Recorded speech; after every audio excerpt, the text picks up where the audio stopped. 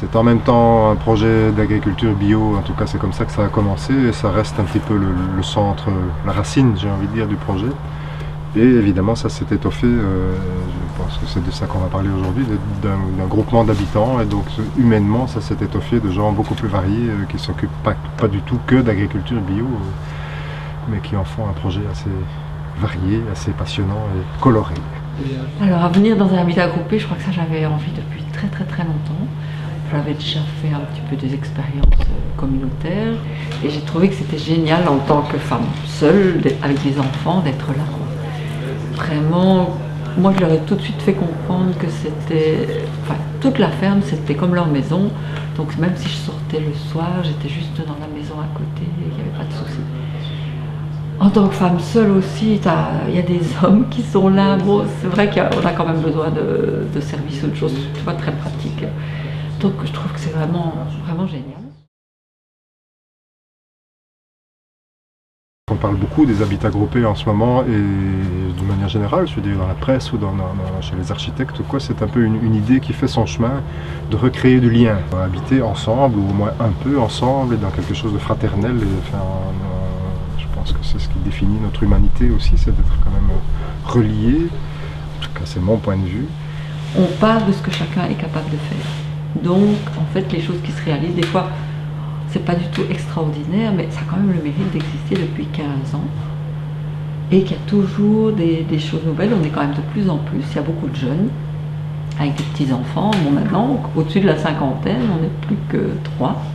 Il y en a 2 qui viennent de quitter la ferme, mais c'est tous des jeunes, donc on ne sait pas ce qui va se passer, ce qui va être inventé d'autres, mais c'est tout le temps en mouvance.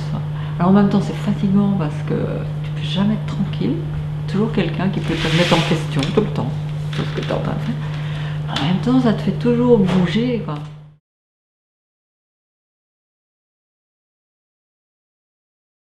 Donc les activités aussi se sont étoffées depuis le début, donc au-delà de la vente des légumes dans la petite épicerie locale et de la production de pain qui a démarré dès le tout début, le troupeau de chèvres est parti lui entre-temps. Le maraîchage continue mais a changé de main une fois ou l'autre, donc il y a parfois des tournantes dans les activités.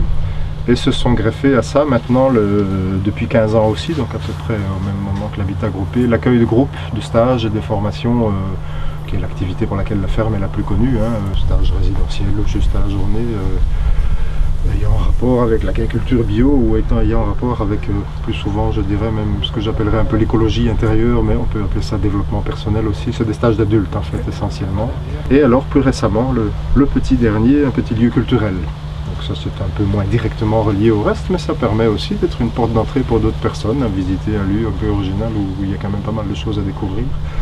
Où se passe donc tous les 15 jours, 3 semaines, un concert, un bal, un cours de danse, une conférence. Tu as des terrains, tu as des salles et il y a des gens. Donc quand tu as un projet, si tu le portes, il ne faut pas attendre que les autres le portent, mais si tu le portes, alors tu trouves des gens pour te soutenir et alors il peut se créer quelque chose de vraiment chouette.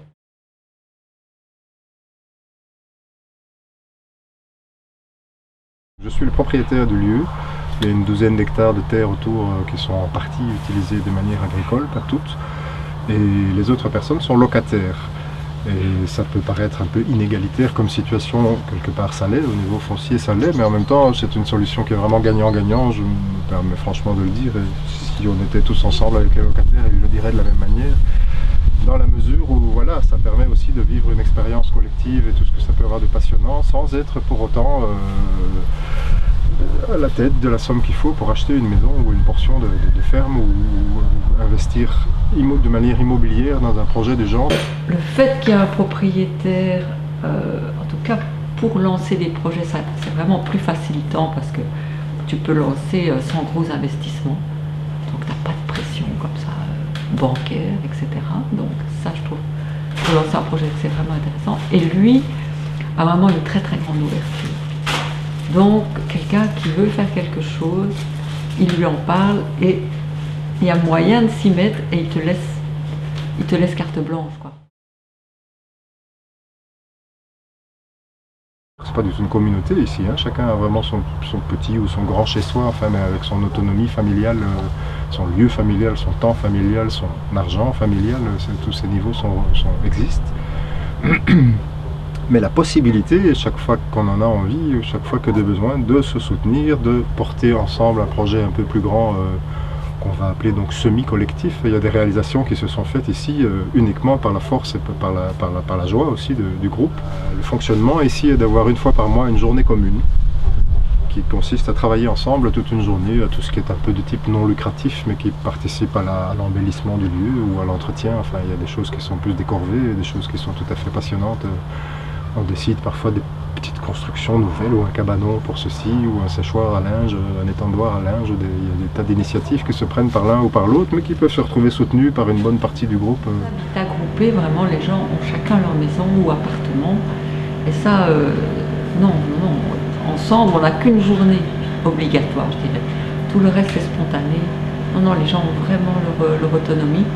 Évidemment, si quelqu'un, pendant 3 mois, met quasi pas son nez dehors et n'a pas de contact avec les autres, on va l'interpeller. Mais si quelqu'un, ça peut arriver dans la vie, qu'on a envie d'être en retraite, on a déjà laissé faire.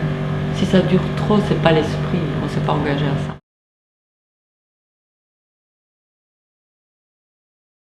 Donc il y a effectivement une charte c'est toujours un peu théorique, hein. Ceci dit, c'est pas véritablement sur la charte que se passe la sélection, mais tu fais bien d'y mettre des guillemets. Notre sélection, on aime souvent le dire comme ça, elle est relativement affective. Donc on n'est pas du tout avec des grilles de critères vachement techniques, on n'est pas ni des militants, ni des quoi, ni des caisses ici, donc on aime bien que ça reste assez éclectique. Dans les cas les plus difficiles, qui sont donc hyper rares, on vote. Parce que c'est encore la manière la plus simple, mais donc le système de voter est un consensus très large, quoi. Il faut vraiment qu'il y ait très peu de personnes, c'est à peine 10 ou 15% de personnes qui vraiment ne seraient pas soutenantes par rapport à ce choix. Et ceux qui partent, souvent, c'est parce qu'ils trouvent qu'il n'y a pas assez de structure et de règles. Et c'est vrai que ça peut être vu comme un défaut. Des fois, on en paye vraiment les conséquences. Mais en même temps, ça laisse comme ça une émergence de choses et de pétillement et de bouleversement tout le temps qui fait que c'est très vivant.